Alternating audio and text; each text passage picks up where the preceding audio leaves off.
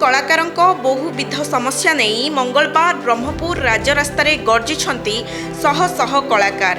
एक विराट शोभायात्रा प्राय 400 रु ऊर्ध्व कलाकार ओडिशार विभिन्न प्रांतरू आसी ब्रह्मपुर शहीद लक्ष्मण नायक कम्युनिटी हॉल ठारू बाहरी दक्षिणांचल राजस्व कमिशनर कार्यालय ठारे पहुंची मुख्यमंत्री उद्देश्य रे एक दाबीपत्र कमिशनर को प्रदान करिसंती।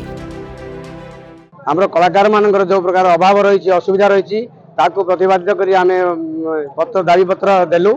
आमर दाबी होची प्रत्येक मासरे कलाकार मानकर भत्ता दिया जाऊ।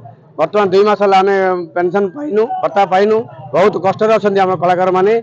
केंद्र मध्य कम दौची भत्ता जोटा कि आम गोटे कलाकार चलवाटा बहुत कष्ट होची। एत व्यतीत ये गोटे प्रत्येक ब्लॉक रे आमर कला संस्कृति अनुष्ठान खोलिया एवं कलाकार मानकर समस्त दायित्व नवा से इन्शुरेंस दबा एवं से रोग जो पड़ जाती से पैसा न थाए। तेणु सरकार आम एपटे 13टा दाबी रखीचु जे आम कलाकार दाबी मानवे और आम कलाकार को साहाय्य करेंगे आम अनुरोध कर दाबीपत्र आम देचु आरडीसी को। जेहेतु कलाकार हित आज यही दाबीपत्र दि जाए आरडीसी को। कलाकार ने बहुत दुख कष्ट जीवन यापन कर सरकार तरफ जी भत्ता दि जाऊँगा उपयुक्त नुह आती कलाकार को दि जाऊँगा भी उपयुक्त नुह। आहरी बहुत दुष्ट कलाकार रही जाती आम सरकार पाखे दाबी करूँ आहरी किसी बहुत दुष्ट कलाकार को भत्ता दि जाऊ एवं जहाँ भत्ता बर्तमान दि जाऊँ अधिक परिमाण में दि जाऊ।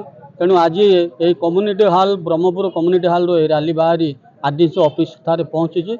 गंजाम जिलार प्रत्येक ब्लॉक रु प्रत्येक कलाकार विभिन्न उपाय से दाबीपत्र जनाया दुख जनाया से सरकार पाखे आमर अनुरोध निश्चित भाव में आपण से जो कलाकार कथा चिंता करेंगे एवं ओडिशार गोटे कलाकार को उपयुक्त न्याय देवे। कलाकार को वर्धित और नियमित भावे पेंशन प्रदान राज्य कलाकार भत्ता प्रदान एवं कलाकार मृत्यु परे परिवार सदस्यों को उक्त भत्ता प्रदान भली बहु गुरुत्वपूर्ण दाबी उल्लेख रही। ब्रह्मपुर गोपालकृष्ण रेड्डी रिपोर्ट सकाळ न्यूज।